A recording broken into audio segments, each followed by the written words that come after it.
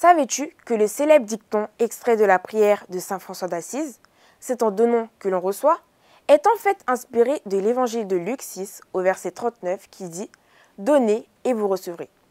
Notre jeune héros de la semaine a reçu beaucoup plus qu'il n'avait donné lui. Sauf qu'à la différence de la foule et des disciples de Jésus même, il avait un coup d'avance. Il était prévoyant et organisé. Il savait qu'il s'en allait pour une longue journée où il allait pouvoir rencontrer Jésus. Il n'était donc pas venu les mains vides.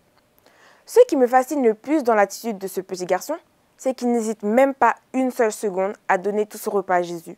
Il aurait même pu lui donner une toute petite partie, la moitié, et garder le reste pour lui. Mais non, il a préféré tout donner. Comment il aurait pu savoir qu'en donnant tout son déjeuner, il recevrait en retour beaucoup plus? Il ne s'est même pas posé la question. En plus, même si c'est Pierre qui est venu l'interpeller, il savait très bien qu'en réalité, c'était Jésus lui-même qui lui faisait la demande. Et oui, ce jeune garçon a tout donné, tout simplement parce qu'il avait confiance en Jésus. Ce jeune garçon a tout donné parce qu'il voulait faire une expérience avec Jésus. Et je dirais même que ce jeune garçon a tout donné à Jésus parce qu'il savait que s'il avait eu de la nourriture à apporter, cela avait été grâce à Dieu qui avait réussi à pourvoir à ses besoins et à ceux de sa famille. Il a compris la véritable raison pour laquelle il était là ce jour-là.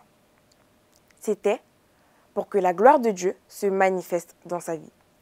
C'était pour qu'il comprenne et qu'il se rappelle, tout en grandissant, que Jésus-Christ bénit celui qui donne avec joie et qui multiplie même ses biens. La foule entière ce jour-là peut être comparée au monde dans lequel nous vivons actuellement. Alors, si tu te poses encore la question, pourquoi donc ce sujet-ci?